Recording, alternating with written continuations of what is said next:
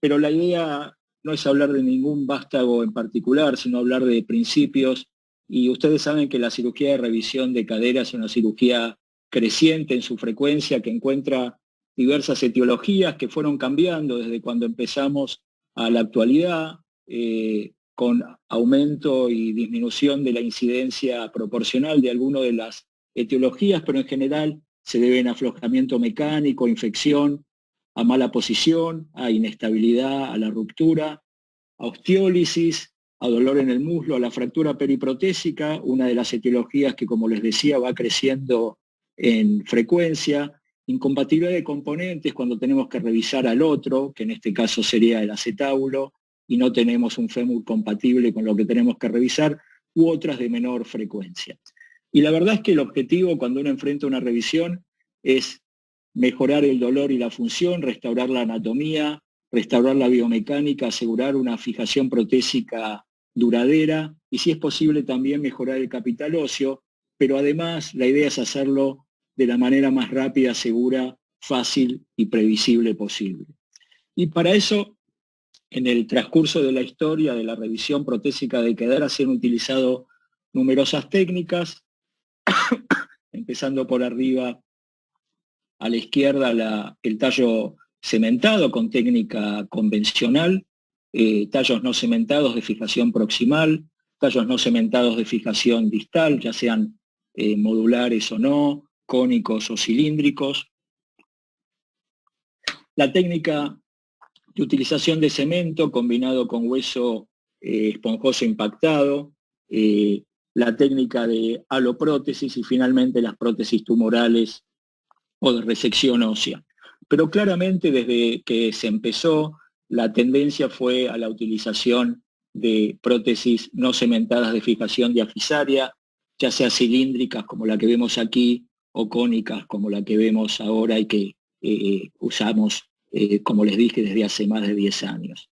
Y esto no es casualidad y se debe a que la toma de decisiones nos hacía cada vez más pensar en ellas. La toma de decisiones se basa en la edad del paciente, el estado clínico, el estado funcional, pero sobre todo en el capital óseo remanente. Y para eso utilizamos diversas clasificaciones y creo que la más utilizada en el mundo y la que a nosotros nos gusta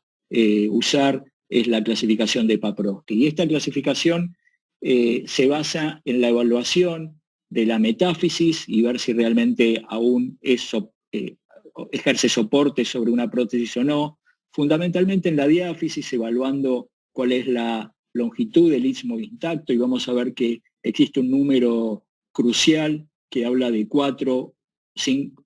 centímetros presentes o ausentes, y el estado de las corticales, que nos va a hablar obviamente de corticales normales o de corticales finas con un hueso ectático. Y así vamos a ver que podemos dividir en los siguientes estadios de defectos o pérdidas de capital óseo. Un primer estadio que casi parece una prótesis primaria, donde hasta la metáfisis está mantenida, la diáfisis obviamente, existe istmo y las corticales son normales. Esta es una situación muy infrecuente en una revisión. Mucho más frecuente es que haya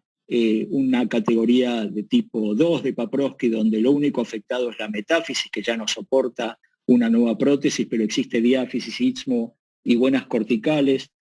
Las más graves, siguiendo en este espectro, son las tipo 3, que se clasifican, en ambos casos no hay metáfisis y la diáfisis está